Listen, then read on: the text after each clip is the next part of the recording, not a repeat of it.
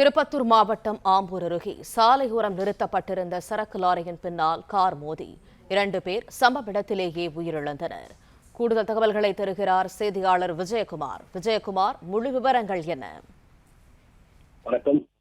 கோயம்புத்தூர் மாவட்டம் கவுண்டம்பாளையம் பகுதியை சேர்ந்த லவ்லி, அவரது கணவர் திவ்யமோன் மற்றும் அவரது மாமியார் ரோஸ்லி ஆகிய மூவரும் ராணிப்பேட்டையில் இருக்கக்கூடிய தனியார் மருத்துவமனையில் ரோஸ்லிக்கு சிகிச்சை பெறுவதற்காக காரில் வந்து கொண்டிருந்த பொழுது திருப்பத்தூர் மாவட்டம் ஆம்பூர் அருகே விண்ணமங்கலம் பகுதியில் பெங்களூர் சென்னை தேசிய நெடுஞ்சாலையோரம் நிறுத்தி வைக்கப்பட்டிருந்த லாரி மீது லவ்லி ஓட்டி வந்த கார் கட்டுப்பாட்டை இழந்து விபத்துக்குள்ளானது. இந்த விபத்தில் காரில் பயணம் செய்த திவ்யமோனன் மற்றும் ரோஸ்லி ஆகியோர் உடல் நசுங்கி சம்பவ இடத்திலேயே பரிதாபமாக உயிரிழந்த நிலையில் காரை ஓட்டி வந்த லவ்லி அதிர்ஷ்டவசமாக காயங்களுடன் உயிர் தப்பினார்.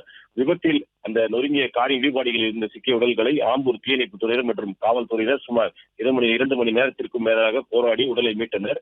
உடல்களை பிரேத பரிசோதனைக்காக ஆம்பூர் அரசு மருத்துவமனைக்கு அனுப்பி வைத்து இந்த விபத்து குறித்து காவல்துறையினர் விசாரணை மேற்கொண்டு வருகின்றனர்.